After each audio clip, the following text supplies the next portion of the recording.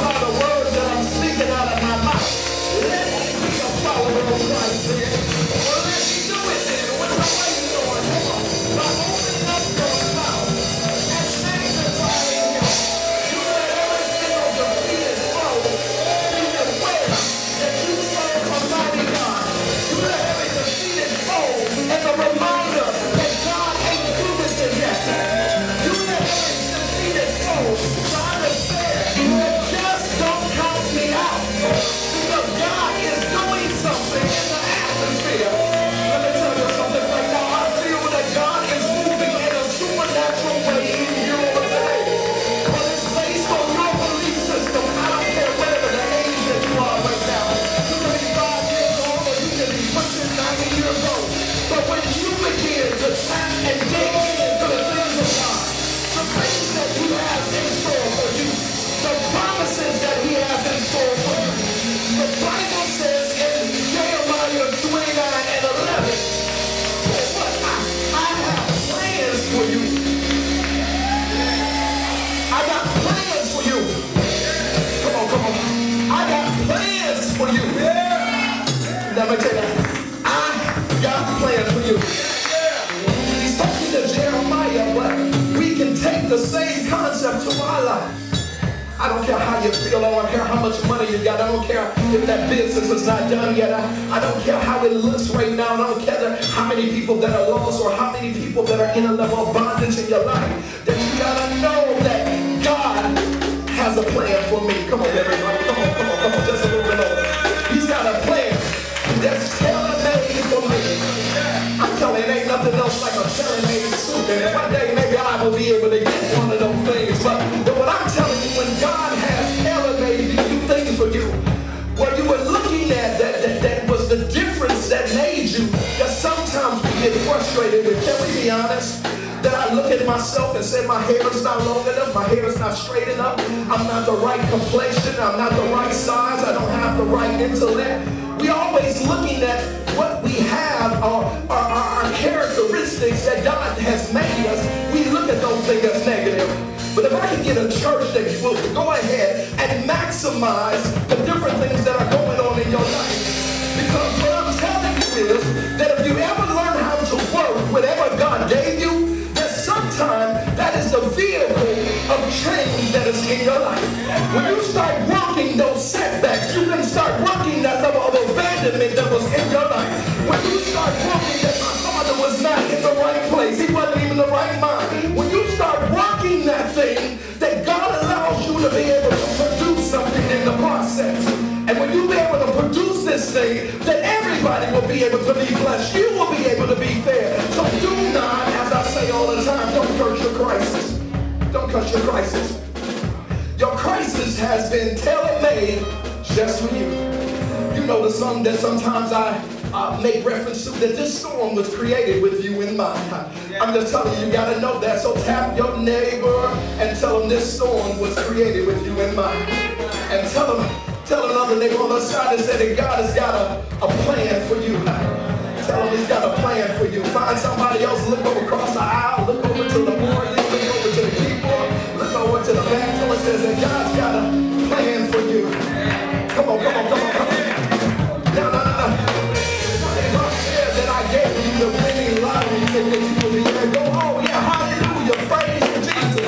But what I'm telling you is that God's plan for your life is better than anything else that you can ever even imagine. When you are able to understand that His plan is so fearfully and wonderfully made, His plan is the same that He used in order to save your life, in order to allow you to come to be a part of His kinship, to become a son. He used Him being crucified on the cross, dying, being buried, and resurrected as a setback, but it was an opportunity to give you a comeback. But I'm telling you, when you're not careful with your mindset, you will look at the things that are around you and you will begin to curse those things and don't understand that God still's got a plan for me. God's got a plan for me. It don't matter even if I had a child very early and it wasn't my plan right there. That God's got a plan for me. When I show up on the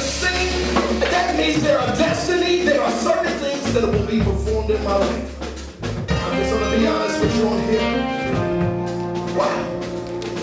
I don't know about you, but I'm feeling a little bit better now. I'm feeling just a little bit better right now. Let me tell you something else that I learned. Let me tell you this right here. The challenge that we have, and I heard this, and when I heard it, and even when we started the series about divine connections, I heard something in the spirit, and then I happened to get watching a couple of videos on YouTube, and they download something into me.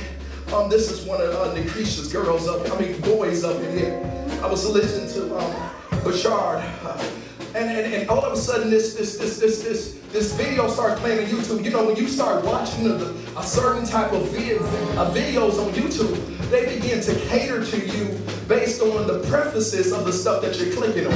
Many of you don't know that. So if you start looking up certain things, it is so connected that it starts to feed you information based on whatever you're looking up. I wasn't looking up this individual at all, but he popped up on my computer. And this is what he said. He said, and it reminded me of what this house is. This house is a restoring zone. Tap your neighbor and one more time and say, this house is a restoring zone. It's a restoring zone. And this is what he said. This is what he said. He said that most people think that they lose hope. He says they lose hope. They said, I don't have enough hope anymore in order to change some things in my life. Paraphrase it. And he begins to say that no. If you take a moment and look, that hope is not something that you really just lose, but it's something that is generated. Now, this is the most powerful thing that he said within that session of that 10 minutes or whatever it was. He reminded me of the thing that it was considered as a power plant.